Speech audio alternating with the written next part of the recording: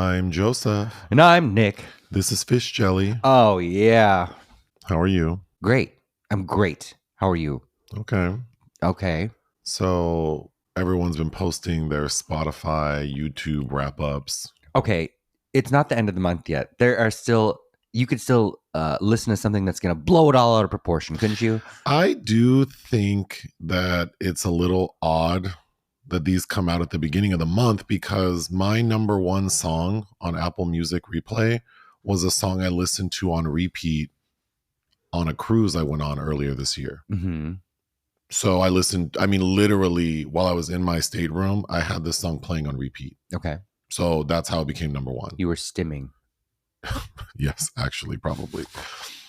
So over the course of 6 nights, this became my number one song of 2025.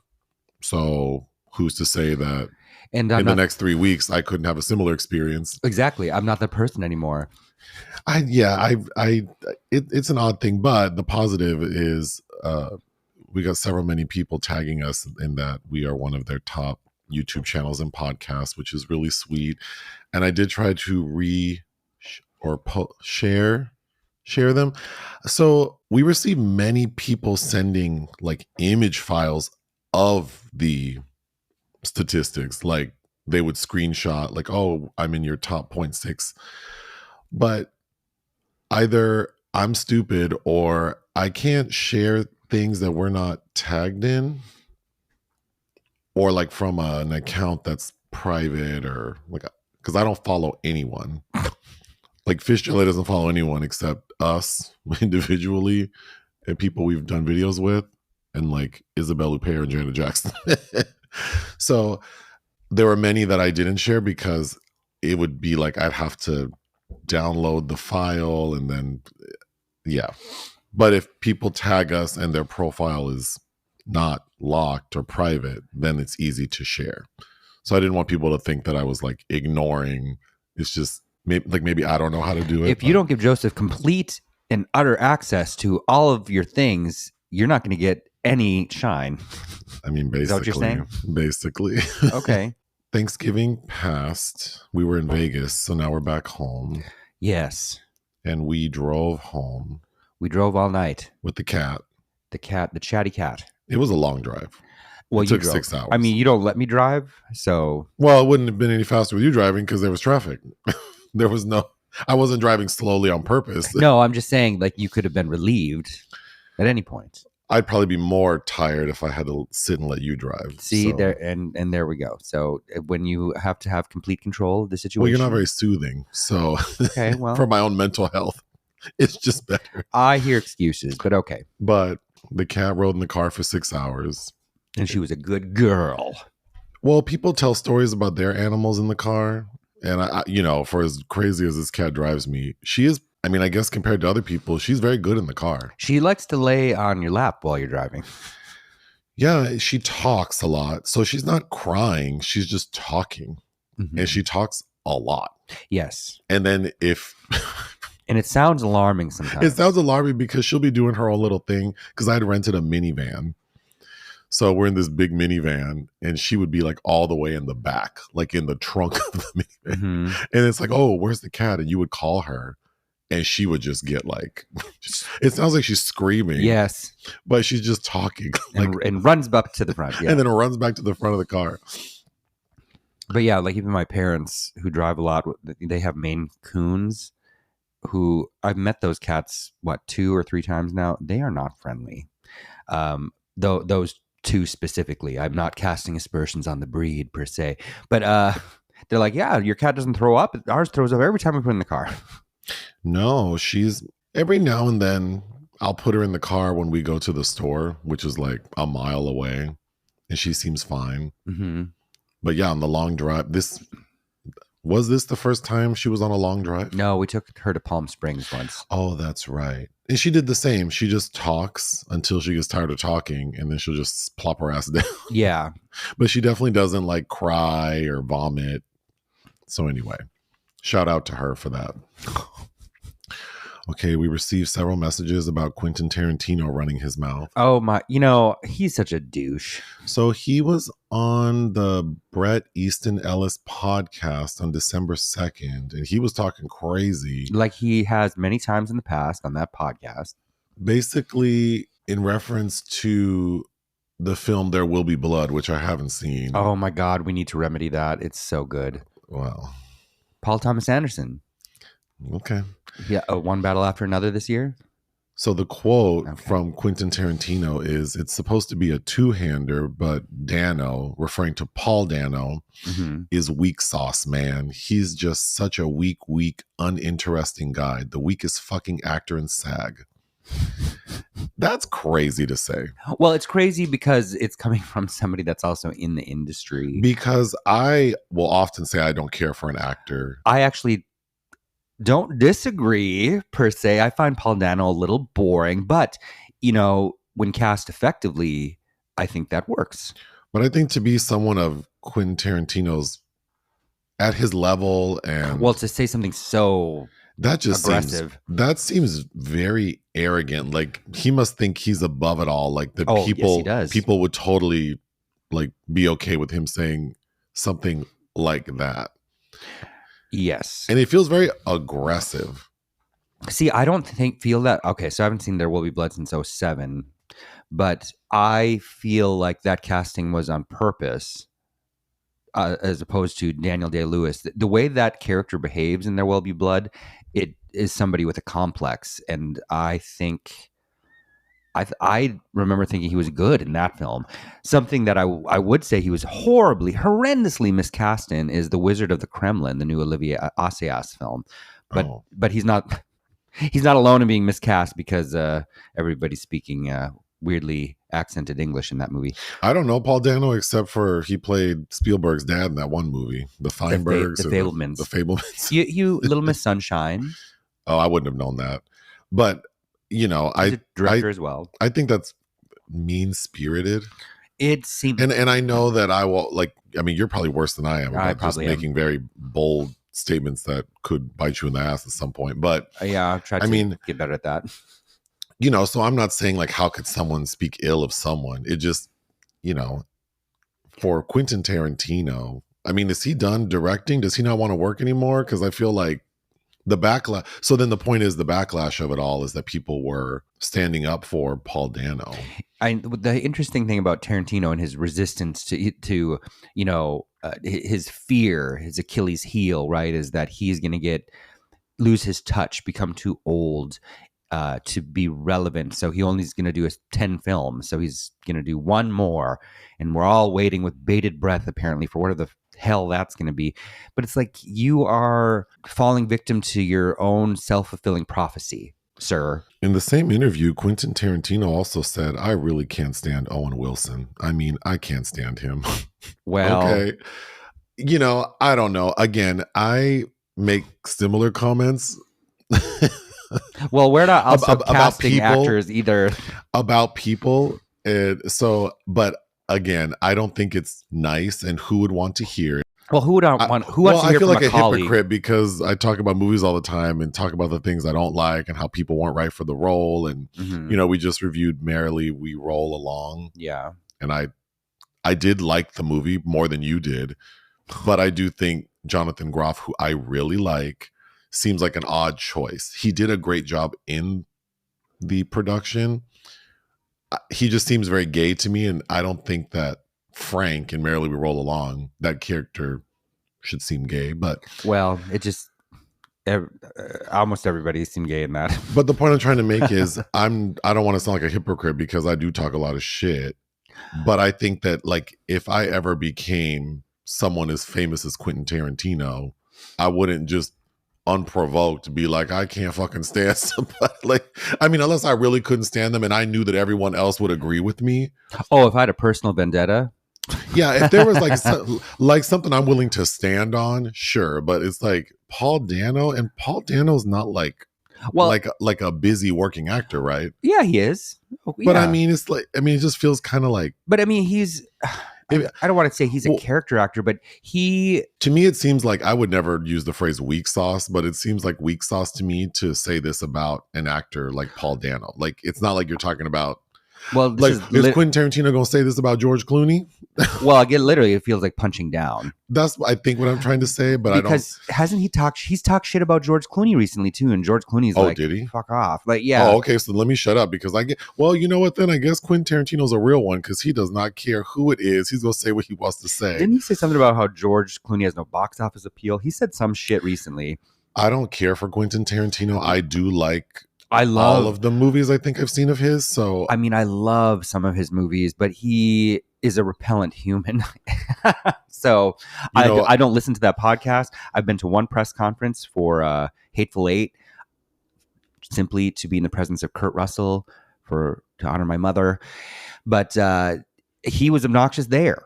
That makes me think of Uma Thurman's daughter was on Amy Poehler's podcast. Oh, what she advice? Asked the daughter, what advice did your mom give Uma Thurman on working with Quentin Tarantino? And this lady said, keep your shoes on, because Quentin Tarantino famously has a foot fetish. Yes, which I also think, to me, how he portrays Sharon Tate is, I hated that. But you know what? As comfortable as he is talking crazy, I mean, people have very strong opinions about him. So, I mean, I think he seems like a creep who's made some really good movies. But yeah, my initial thought when I read that was like, why would you say that about this actor? Like, what? Like, did he do something to you? It just seems so unnecessary. It does. Like, you're not a film critic; you're a filmmaker. Well, I mean, he kind of started out as he's a lover of cinema. Sure, but I mean, I think if I transitioned to being a filmmaker, I probably would stop talking about other people's films. Now, if I continued to, like, if I made a film and continued to make review videos, I would continue to do what I do. I'm not going to be like Chris Stuckman and decide that I'm never going to critique anything. Because then it's like, well, what's the point of talking about a movie if you're just going to blank out the things you don't like? If you're going to be unrealistic. But anyway. Well, see, that's the thing, though, that a lot of film critics, I also think, suffer from, is they go too hard and drink their own Kool-Aid and are so passionate, I guess that's the word I'm going to use, that they become alienating. Moving on, Halle Berry commented. Yes, she did. About her child support. Oh, I thought you were Gavin Newsom. Oh, well, I don't feel like being political today. Halle didn't like Gavin. She doesn't like Gavin, but she also doesn't like Gabriel Aubrey, that hunky model she married and had her daughter Nala with. Well, that's her problem. And she's mad because she's saying, I pay $16,000 a month in child support since 2014. Like, I've been paying this every month, which actually I didn't do the math, but. Well, how is this kid? The kid is 12 now. Oh, she got a couple years. She has 6 more years of this. Unless the kid dies. But please excuse me for 1 second, because I want to. So 16,000 a month times 12 equals 192,000. Just do another terrible Netflix movie. Well, I mean, she's saying that she calls it extortion.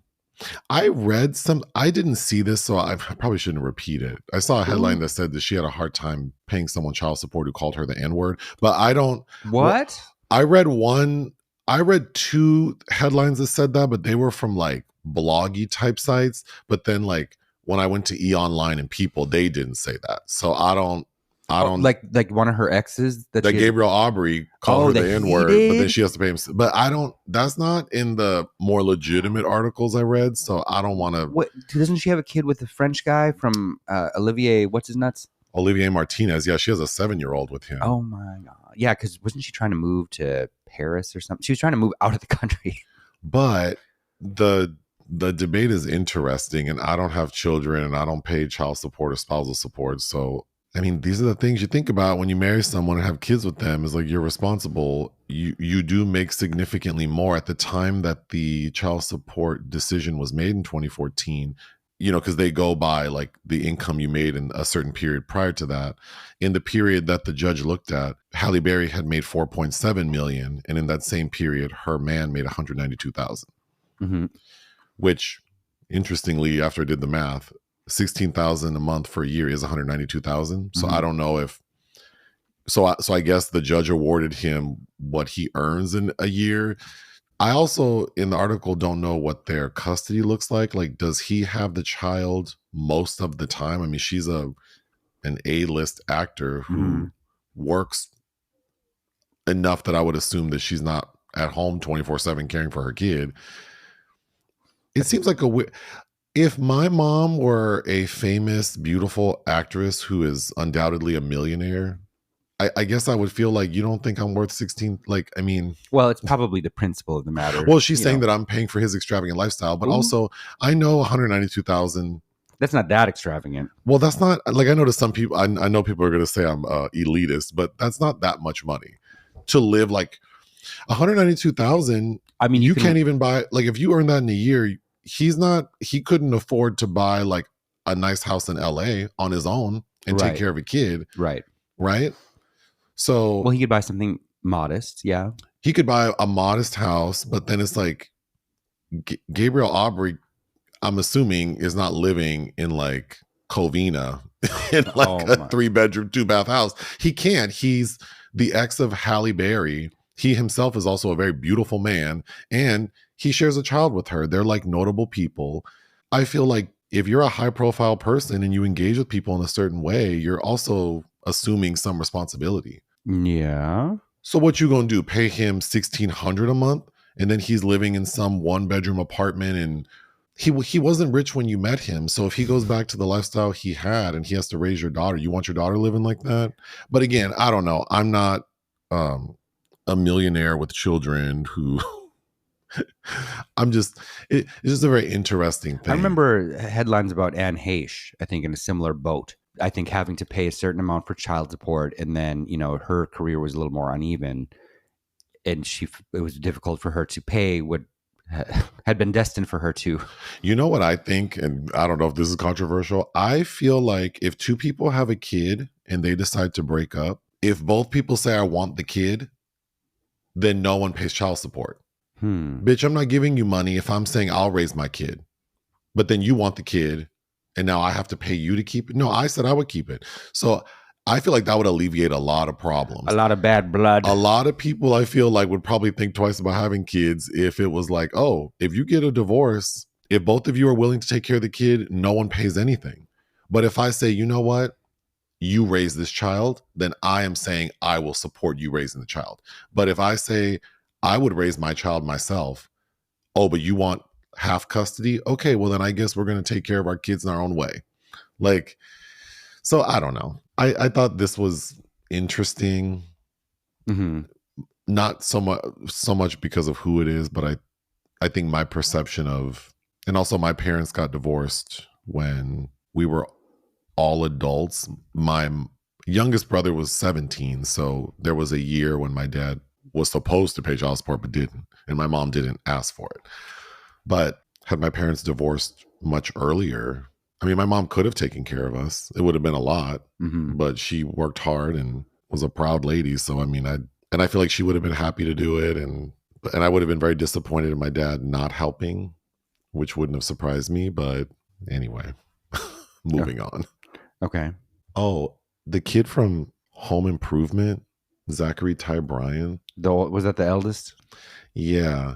He's been arrested again. Oh, for domestic shit? Yeah, and it's like the 7th time I think he's been. Wow. That's like who's the Sasha what's his nuts from Step by Step? Oh, is he in trouble for stuff like that? Yeah, I think. Oh, I liked him too, the cousin. He was a comedic relief. He did martial arts, and he was kind of like a doofy.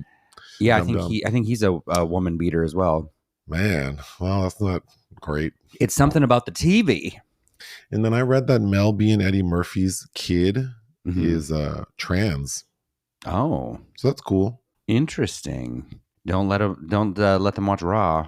Well, I'm assuming Mr. Murphy has evolved in ways. He's commented on that. Oh, good. But I mean, are you going to talk about kind of the biggest Hollywood headline this week? What is that? How'd I miss it? That Netflix bought Warner Brothers and HBO for like $72 billion. Oh, I thought that wasn't done yet. I think it is done. Oh, well, I don't know enough to comment, except that I saw James Cameron say that this is going to be the death of the theater because the co-CEO of Netflix basically says people don't want to go to theaters to watch movies. Yeah. I mean, I think that I saw that they're still guaranteeing that Warner Brothers titles will still get a theatrical release, but they're going to shorten the windows and yada yada yada. But I don't know. It's definitely going to change things. Well, or just make room for other entities to make theatrical release. I mean, I don't know. I don't know enough to understand what the implication is, except that Netflix will absorb Warner Brothers catalog and put it on Netflix and make more stuff for streaming. And Yes, I mean, they I will. think Netflix is clearly winning with streaming, but I mean, and movie theaters are expensive, and a lot of these movies. Every time I go to a regular screening, which is not that often, mm-hmm. because we're usually at a press screening, so people are on their better behavior when the movie starts. They talk crazy when these people are annoying before the movie starts. These critics like to stand up and just talk to the room. They talk to the room. Who are you talking to? Why are you so loud? The best releases of April 2012 are blah blah blah. Like, okay, especially the way some of y'all look. I would be discreet. I would just sit down. I would not. They will literally get up and like turn to. I don't know who they're talking to. It's the spotlight on them. I think that is on purpose. Anyway, when on the few occasions a year that I go to like a regular screening, most of those people in that damn theater are on their phone anyway. Mm-hmm. So it makes me think like, well, shit, you might as well just watch the shit at home then. You're not like you seem bored. The last movie we watched in a theater was something that I think was supposed to be for kids. I think it was like not Keeper. Kids. Keeper. Mm-hmm. Was it Keeper? That was the last film we had paid for. That's right. And that movie, oh my God. I think because it was a lot of, we were at the Grove, so that's a different kind of crowd. And I think they all thought it was going to be like a horror film. Mm-hmm. And then of course it's more, I mean, I guess I didn't like the movie, but it's definitely not like a high intensity horror film. Everyone was on their phone. Mm-hmm.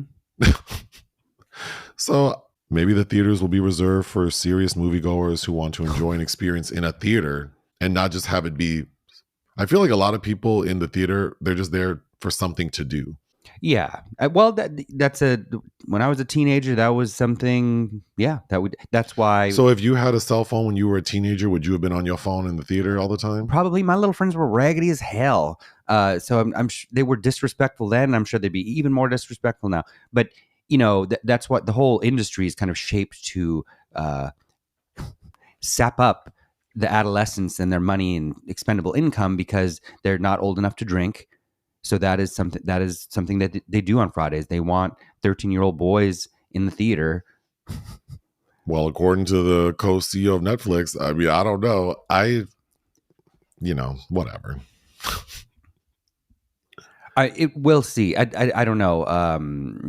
I think that there's also a problem with quality, at least with American, especially studio pictures these days. They don't take risks, so why should they're not going to be rewarded with them? But you know, the new Paul Thomas Anderson, for instance, how much did that cost? Which movie was that? One Battle After Another. Oh, and it wasn't a hit. I don't know that it recouped all its. All the money they spent on press and getting all those people around. I mean, can you imagine how expensive it is to get those actors? Speaking of Warner Brothers, yeah. I mean, to keep costs down, and it's a business, and to make money, I understand. Like, streaming probably makes more sense. Quality would go down, but that's in every section of the market, right? Ice cream there's less dairy cream in the ice cream. The sizes are getting smaller. Ingredients are changing to use cheaper things. I mean, everything's like that. So I don't know why cinema would be exempt. And then another headline I saw was from a music video director whose name is Joseph Kahn. He's notable for directing Britney Spears' Toxic. He said, here's my theory why Avatar has no cultural impact, even though they are the biggest selling films of all time. Gays cannot give an F about Avatar. No one aspires to be or have sex with a giant cat alien. Therefore, it does not tap into the gay industrial complex that highly influences media. We reviewed Avatar Fire and Ash. That review has not published yet, but in the review I do say that I kind of find Stephen Lang and Sam Worthington's avatars attractive. So I don't know about all that, but I think Kanye would find them attractive too, based on anyway.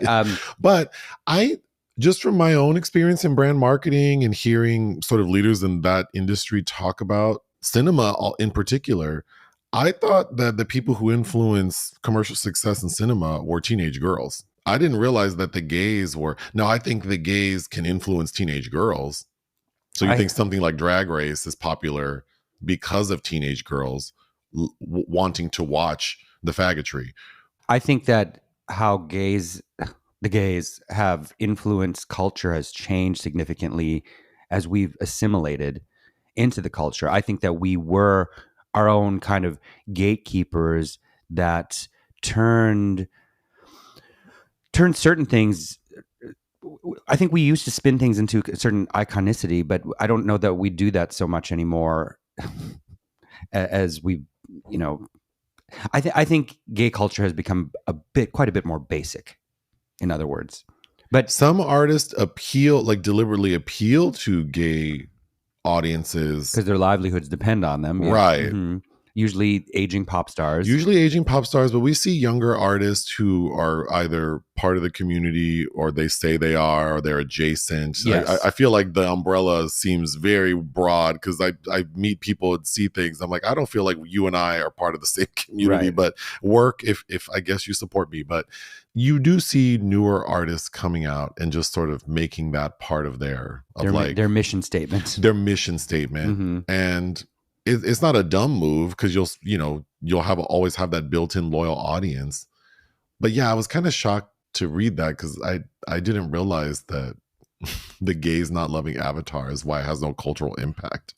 I think there is something there. They are very.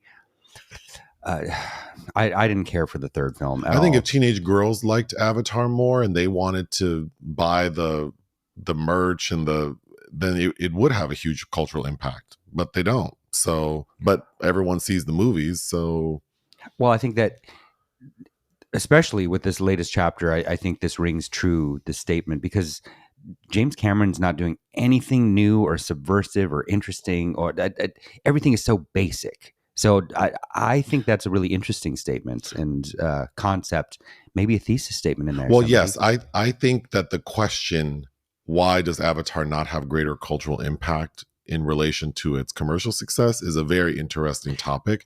I don't think that the gays not being attracted to cat aliens is the answer, but whatever. Well, I don't know that the gays not being attracted to that's not. What did RuPaul say about Maddie Morphosis? It's like, it's missing the gay. Or no, he say like, I don't think your pussy's on fire. Yeah. I think that you need to, like, your pussy needs to be on fire, then maybe we'd like you. Yeah, Avatar Fire and Ash, despite the incendiary promise of the title, the pussy is not on fire. The cat pussy alien's not on fire.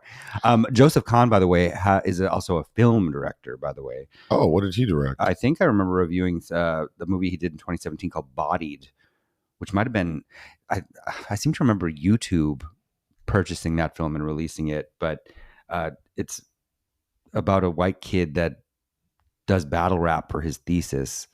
And I remember being highly uncomfortable watching that movie.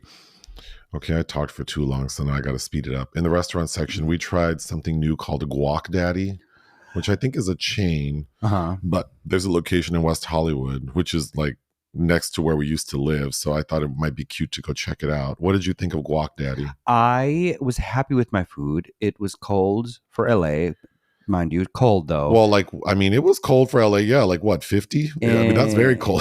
There's only outside seating, and out of their 35 lamps, only 2 were going. They're heat. Right. So then everyone was like moths to a flame. Like where can we find heat? And we luckily were able to sit next to a heat lamp. We were, because when I like to feed, I don't want to sit cafeteria style next to somebody while I'm chowing down. But we ordered their deluxe box, which is interesting because I'm assuming that's intended for one person. I thought I wasn't too full. I thought that was a good amount of food to share, but sure. Yeah, I thought that it was a good amount because you get 2 tacos, a little quesadilla, a vampiro, a mulita. I've never heard vampiro and mulita before, but I've heard molita, yeah. but they all kind of were the same thing. Well, like, you said that about Mexican food many times, where it's the same ingredients rearranged. in different shapes. But there was, whatever, I think it was the mulita, that was really good. The food was good. Well, what we ordered is called the Guac Daddy Deluxe Box. But the meat, it was called coriano, and I assumed that meant What did we eat? topped with okay, so we were confused about what the meat was. Because it had a very odd texture. And it was flat. Like it was flat. Ironed. So I'm like, did we just eat lengua or something? Apparently that was a soy product. Okay, so like sliced or a soy sirloin. Okay, cool. That makes sense. It was like a meat dress. And then I had some horchata. It came with guacamole. The guacamole, for a place called Guac Daddy, the guacamole wasn't. That wasn't giving. No, and then there were huge chunks. Like they didn't mash it. But it might have been an off day. I'm willing to give it grace because I thought everything else was really tasty. That's true. No one can be perfect. It's kind of like how I was surprised about the flavorless dirty rice at the Caribbean place. Dirty rice. I was like, this seems like sacrilege that your rice doesn't have any flavor. Anyway.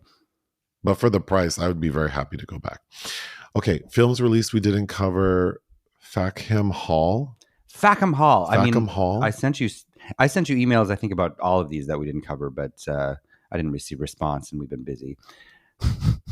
But Damian Lewis stars in this. It sounds like, looking from the poster, it looks like it's an offshoot of Downton Abbey, but I think it's about a wedding, and there's some kind of disaster that happens. Tom Felton, Thomasin McKenzie. It's got a good cast, but we didn't watch it. 100 Nights of Hero. Okay, I did watch this. And if we'd had more time this week, we probably would have fit this in. I think this closed the Orizzonte at Venice, the sidebar, this year. And I remember a few other critic friends that were there were complaining about it there. Julia Jackman, I believe it's a debut. You saw the trailer. It stars Nicholas Galitzine and Emma Corrin as a handmaiden and a swashbuckling suitor that are seducing the lead, played by Micah Monroe, whose husband hasn't had sex with her. So she's technically still a virgin. And he's like, my wife will never cheat on me. And he throws his friend in her wake while he leaves for 100 days to tempt her. So it's very Cruel Intentions, Dangerous Liaisons, of course. I think I like the ideas of some of it and the blatant bisexuality, but ultimately I found it a little boring. And Hero is the name of Emma Corrin. The Chronology of Water. I missed this at Cannes. I saw it at AFI Film Festival. It's Kristen Stewart's debut, based on a book. Imogen Poots, I think, gives a pretty damn good lead performance, but it feels like a first film in several ways. Like Kristen Stewart, I don't think knows.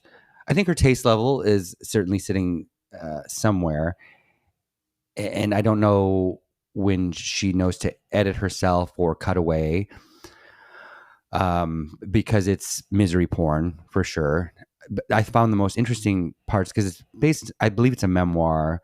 The character Imogen Poots is playing she is involved with this writing workshop led by Ken Kesey, the writer of among many things, but One Flew Over the Cuckoo's Nest. And I kind of liked Jim Belushi as Ken Kesey. That was my favorite segment of the film. But it's worth seeing, and I'd be curious to see what she would follow this up with as a director. La Grazia. This opened the Venice Film Festival this year, and Tony Servillo won Best Actor, the Volpi Cup. Stars the great Tony Servillo, who's basically Sorrentino's muse. I thought this was more of a return to form for this director, who I used to quite like, and now I haven't really in some time. But Servillo plays the Italian president who's basically serving his last, I don't remember, 90 days in office. It's well worth seeing. Man finds tape. This I was ignorant about. I'm just remembering that I never emailed the publicist back, who sent me many emails. But the synopsis is: after finding mysterious video clips, siblings investigate the strange recordings and uncover a disturbing secret spreading through their Texas town. It's directed by Paul Gandersman and Peter S. Hall.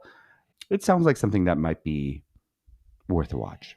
Reflection in a Dead Diamond. Now, this I am bummed that we didn't make time for. This is one of my favorite films out of Berlin this year. Helene Katet and Bruno Forzani, they're a married couple that have very visually extravagant films. A Mare and This Strange Color of Your Body's Tears are visually splendorous. And both of those are playing with aspects of and paying homage to giallo films. Their latest is doing the same, but the template is like 60s spy espionage films, and it's kind of a film within a film within a film, and insane. I don't know. It's visually, it's insane. I think dazzling is an excellent word to describe it. And the great Fabio Testi is the lead, and it's kind of great to see him front and center. But it's going off on so many other random tangents. But if you know these filmmakers, I mean, you're definitely going to see this film. But I would have been curious to see what you thought. Rosemead. This looks like it's being dropped just in time for awards consideration for Lucy Liu.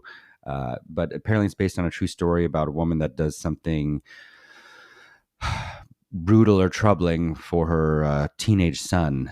And it's directed by Eric Lin, who I believe this is his debut. He was a cinematographer previously. He lends a film called Hearts Beat Loud that I've definitely seen and thought was okay, a little corny. But I like Lucy Liu, and it's nice to see her. She kind of made a resurgence.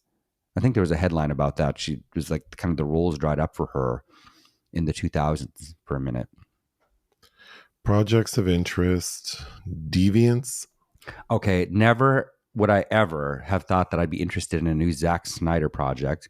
But Tig Notaro said that they're going to make a hot lesbian action film with Zack Snyder.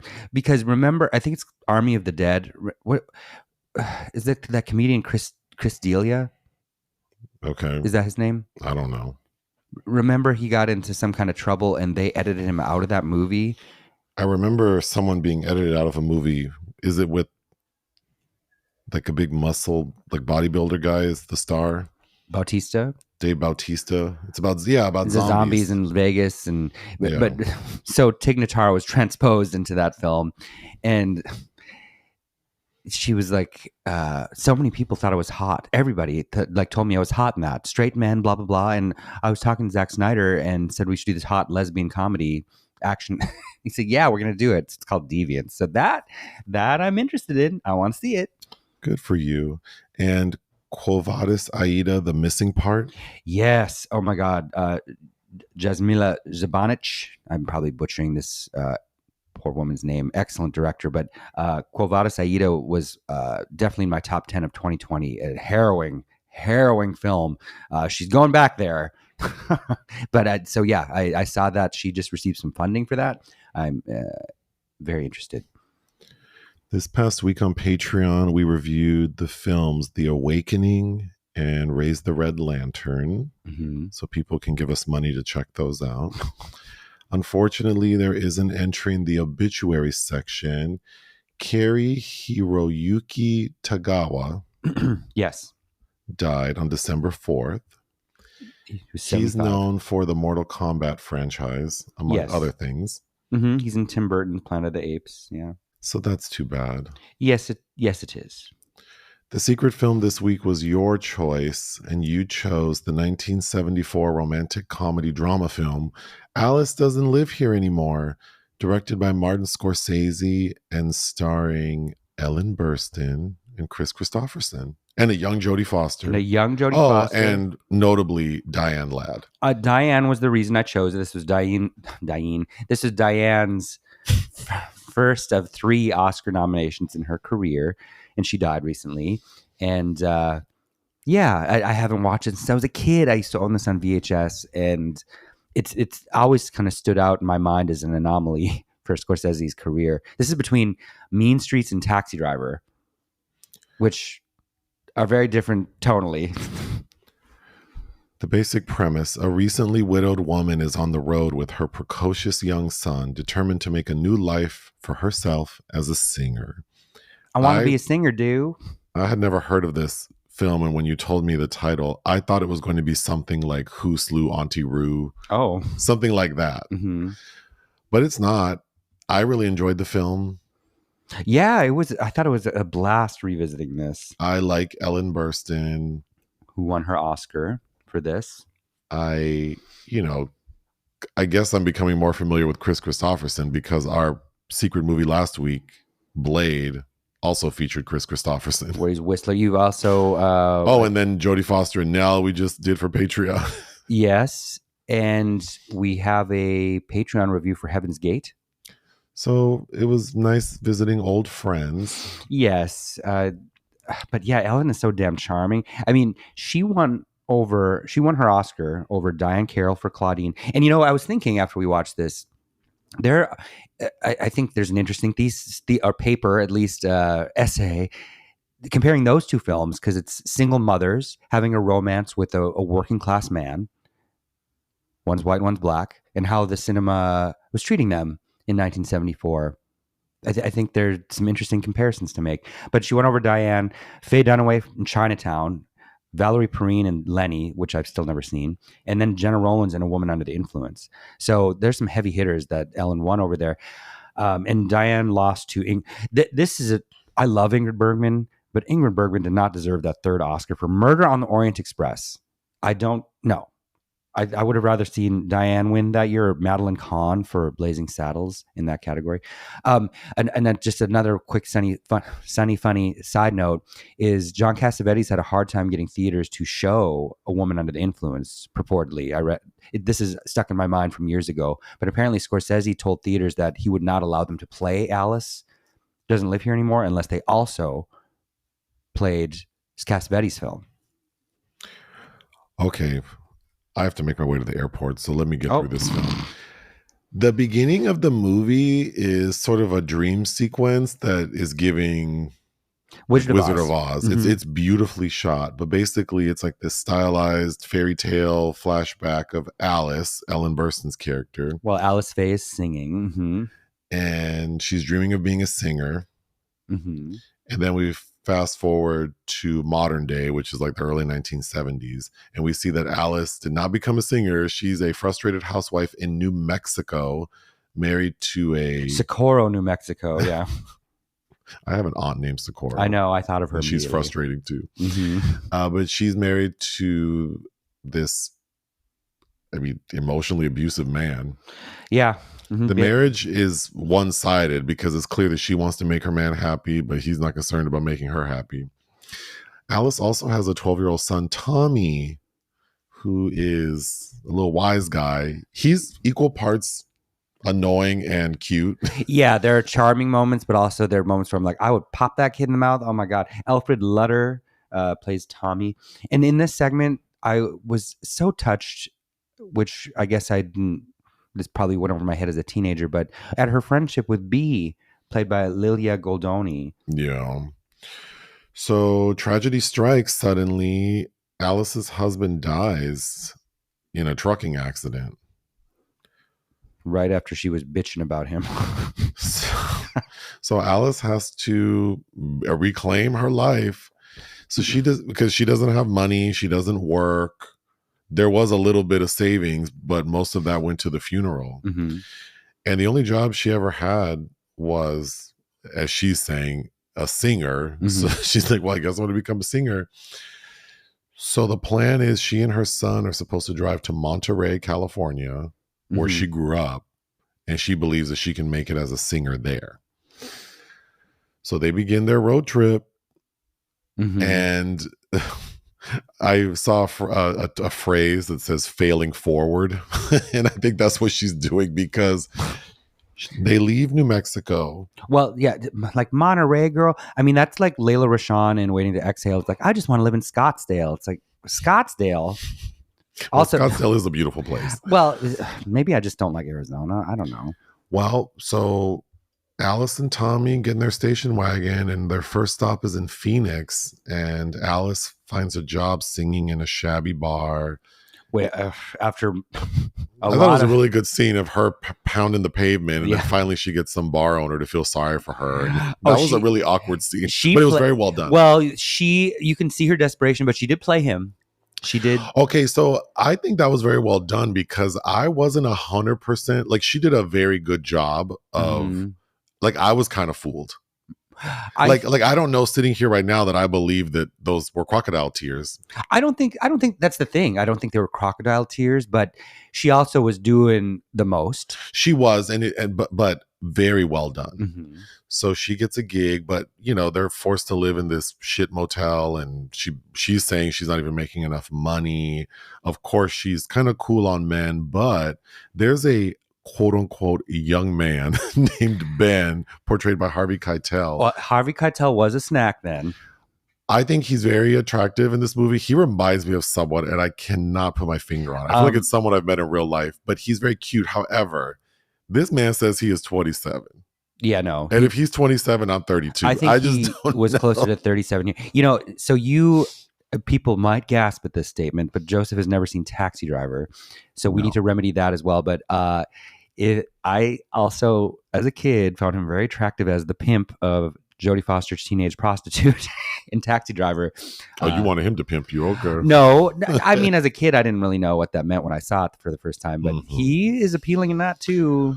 But Harvey Keitel is persistent. Alice is like, child, I am not trying to mess with your ass, but he's charming initially. Yeah, he is. But turns out to be violent, married, and unstable. One day, Harvey Keitel's wife shows up. That was also a and it was very much giving Barbara, This Is Shirley. Like, she she knocks on the motel door. Speaking of which, Robert Getchell wrote the screenplay for this, who would later adapt two notable memoirs, This Boy's Life and Mommy Dearest. Oh. Yeah, he wrote the script for Mommy Dearest. But she shows up and basically says, like, please, you know, like, she's like, because he's running around with you this past week, he hasn't been working, and we need this money. Like, please, can you? And of course, Alice, well, not of course, but Alice is like, I will stop seeing him. I did not know he was married. And then guess who shows up? Harvey Keitel. And he is violent, tears up that motel room, punches has a knife. Yeah, and basically, like, threatens her. So this forces Alice and Tommy to flee Phoenix, and they end up in Tucson. They're running out of money, so Alice is desperate. All the while, her son, who is very aware of what's going on, he is clocking his mama every turn. He's very concerned about money. He's like, what do you want me to call him? Uncle? Don't men like that? Yeah. Well, the other thing is we see that he's kind of raising himself. So he's watching a lot of TV and movies. So he's more mature.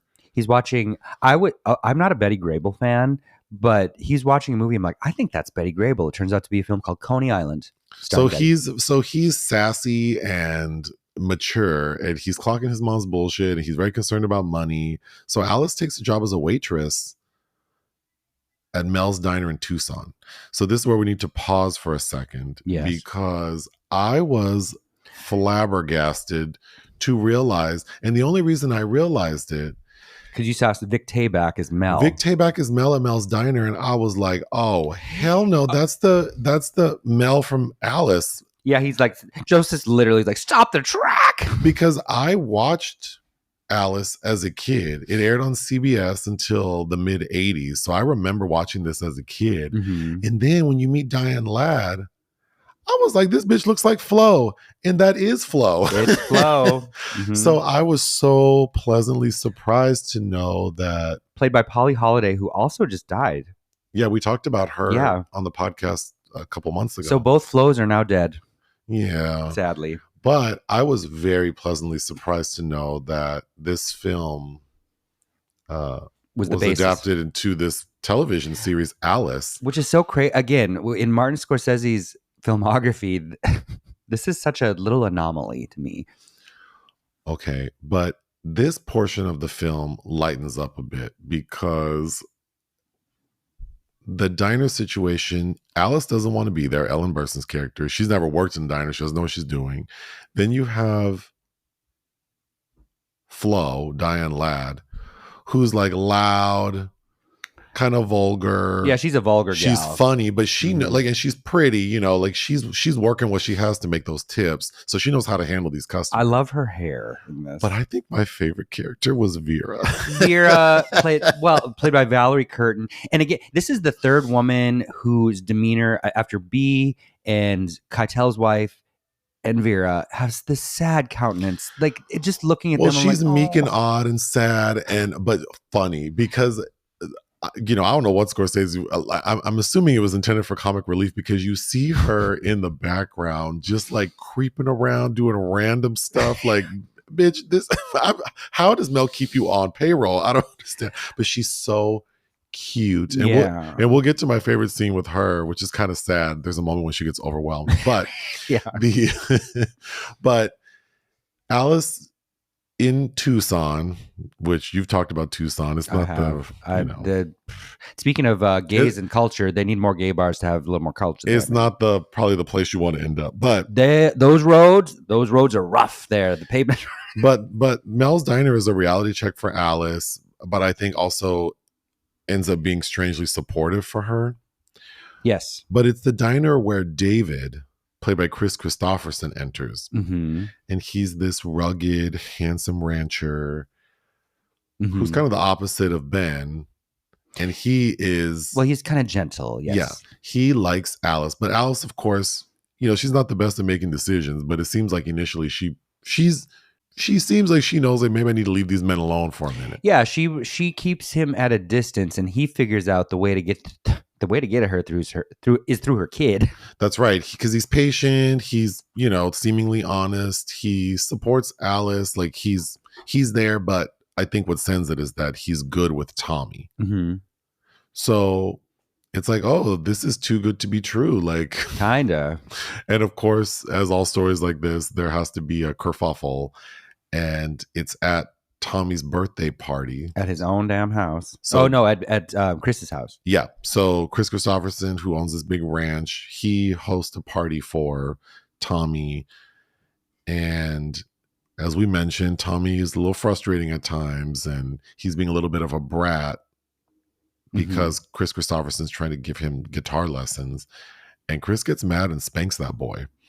And of course, Alice is like, you're not going to hit my kid. And he has some words for her about how she's doing a poor job as a mother, not punishing that kid and letting him feel like... And again, I'm not a mother, but I think if I think about how my mother raised me and how well I turned out, Alice needed to discipline that boy in some kind of way. I agree, but again, it's all about how that comes out. And since that wasn't communicated what the expectations are... Well, she wasn't setting a good example for him. She talks to him a little too loose. Like, she acts like they're buddies and they play too much. I think she set very poor boundaries. She did. You're at this other man's house and the kid disrespected him. So, I mean, there are consequences to doing that. But either way, she gets upset and says, like, we're done. Mm-hmm. And then I think, well, certainly one of the sweetest scenes, and then with Vera, one of the funniest, is Alice goes to work and she's upset about the relationship sort of dissolving. And so she has a little breakdown, and this diner is always busy. It's hopping. It's popping. And it's like rush hour, and Alice starts crying, and Flo, who is now her friend, because they've had like an exchange where now they're actually like quite sweet to each other. Mm-hmm. So Flo was like, girl, like, let's go take a break. They suntan together. Well, they do suntan, which remind me of Requiem for a Dream when Ellen sits outside with all those ladies. But Flo takes Alice to the bathroom and smokes a cigarette and like tries to calm her ass down. All the while, the diner is in chaos, and Vera... Mel comes to get them. He's like, you guys need to come back. And Flo chews his ass out. He's like, "Don't do this to me." But you see Vera like literally dropping plates, screaming, Throwing water. People are people. storming out. She's crying. She puts the clothes sign up and puts a chair under the door. So the result of the story is Kris Kristofferson comes back and tells Alice he needs to be with her. But Alice is in an interesting position because many things are happening. She has saved enough money to actually go to Monterey, but it seems that she's built this community right now in Tucson at Mel's Diner. She's grown as a person. We didn't even mention this, but now Tommy has a friend, little Jodie Foster. Oh my who, God. You know what? I think she's my second favorite character. Audrey. Oh yeah, Audrey's a hoot. Her mama's a hoe. What did she call her? Like Ramada and Rachel or something crazy like that? Because her mom turns tricks at the Ramada. Mm-hmm. God, Jodie Foster's so cute. She's very boyish. Oh yes. And she's tough and she's been around. And then when she first meets Tommy, they hang out for a bit and she's like, "You want to come back to my place and have some Ripple?" And I know what Ripple is because I watched Stanford. I was like, what the hell? Ripple is like cheap beer. Well, like Boone's Farm. I mean, it's just some bullshit like Farm. that. Yeah. I remember that. It's for alcoholics who are destitute. And Zimmies. But was that it? Wait, what were those things called? Zima? Zima. Well, Zima was like the original, like truly White Claw. Yeah, it's a seltzer, right? No. Yes, it's like an original. But no, Ripple is like that old. All I know is that it's cheap and that Fred Sanford would drink it. But anyway, Tommy has made friends with Jodie Foster. They get into trouble, they get arrested, but it seems like he likes his connection with her. So Alice has a lot to think about. Mm-hmm. Like she needs to choose. Does she want to chase this dream of being a singer, or does she recognize that she's built a new home and maybe can fulfill a different kind of dream there? But as the film ends, we see that she's at that point choosing to stay in Tucson. Mm-hmm. And hopefully... Well, yeah, because all this talk about going to Monterey, which I think, I'm sure we're about to get into, but I think was psychologically, maybe she knew that was not the right fit or choice to go. You can't go home again, Thomas Wolfe. But so, yeah, I guess we can start with that. So I think this film's excellent. Probably the thing that didn't work for me the most is the geography of it all, because she's in New Mexico. Her dream is to go to Monterey, which is like, baby, you could have 2 long days and 1 night. You could have made it there. So the fact that you only got to Phoenix and then Tucson. I think it's meant to be that she wasn't maybe really intended. Like she knew that the answers she was seeking for herself weren't really there. I think what you're saying makes sense, and I would totally subscribe to that. I just think that if it were me, I might have made the journey a little longer, because it just made it seem like, what's the problem here? Like, because she also never seen, we watched another movie where the lady was, oh my God, I think we reviewed it for the podcast. I'm not going to be able to conjure it, but there's another story we reviewed where a woman is kind of bouncing from place to place. And I just think with Alice, I don't know that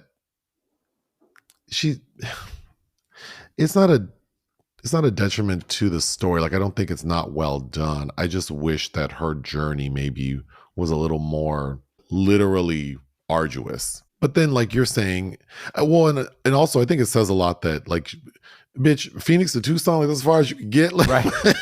So it is saying something about her. I just don't know that I like what that's saying versus her getting, because the most powerful moments to me are her finding that first job at that bar singing, her meeting Harvey Keitel and that kind of blowing up in her face, and then her having to sort of swallow her pride, take the job as the waiter, server, and then meeting Kris Kristofferson. So I feel like that journey is enough, but then when you add sort of the silliness of the fact that she couldn't get very far, I don't know. I didn't love that for Alice, because what that says to me is that she's not like the determination, the fortitude is not there. Well, she has another telling statement. Where's this green dress that you hated? is her the Because she's trying to be sexy, and she looks like she's a secretary with those white pumps, the true sign of a prostitute. Oh yeah, never after Labor Day, girl. But we first see that, and then she goes into the hotel room in Phoenix, and I think she says to Tommy, her kid, like, "Oh, it's sexy enough for Phoenix."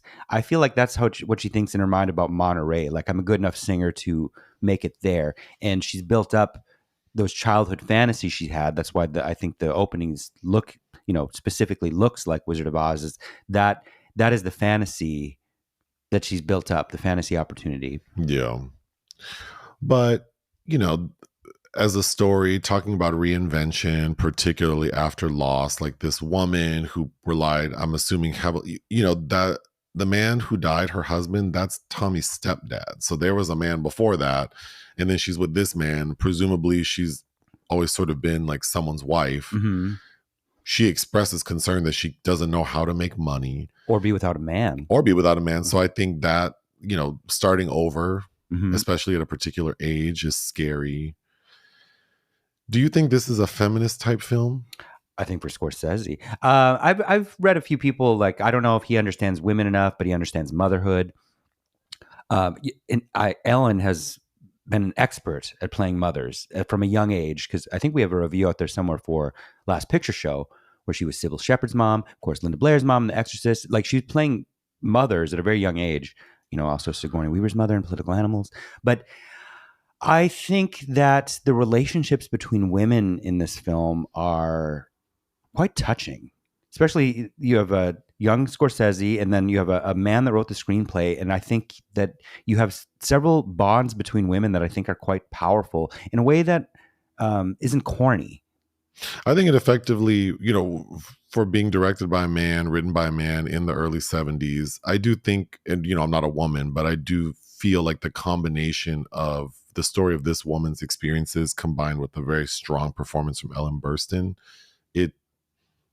I don't know that I think it's a feminist film, but I do think it centers on this woman's experience. And yes. And I thought it was beautiful. I don't. And she seems complex and she's flawed. And so that's real. Yes. And I don't think we get kind of such meaty roles for women like this. And certainly not in Hollywood today. I don't know that I believe that Ellen Burstyn's a believable singer. But I know, I think I read somewhere a while ago that she tried very hard to learn how to effectively do so. I think it's effective because as the audience, I don't believe that she's a singer.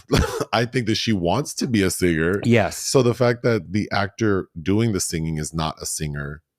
Yeah, it's fine. But it's not painful either. Like, no. I mean, she, we hear her sing what, 2 songs? 2, yeah, I think. And it's serviceable for the loungy area, divey bar she's in. Mm-hmm. I think another really interesting. Although that one song though is like, these lyrics are trash. Like, what is she rhyming? Mush and. There's something about mush. There's a line about mush. I remember mush, yeah. Like, and then motherhood, like Alice's parenting approach is interesting. Mm-hmm. To say the least. Because they argue, they tease each other, they confide in each other in a way that I don't know is whatever. But they're also growing together. It's messy, but there seems to be a lot of love there. And I don't know if that was common.